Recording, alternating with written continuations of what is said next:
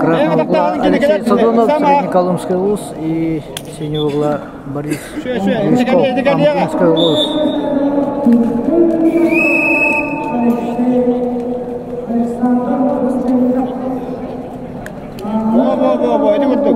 Разные посетки.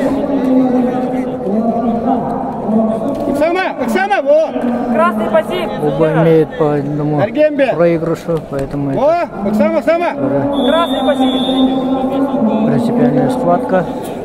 Первый балл получает Борис Мешков, представитель Амгинского УЗа, синего угла. Алексей Сазонов, Среднеколымский УЗ, выигрывает эту схватку, и Борис Мешков выбывает в дальнейшей борьбе.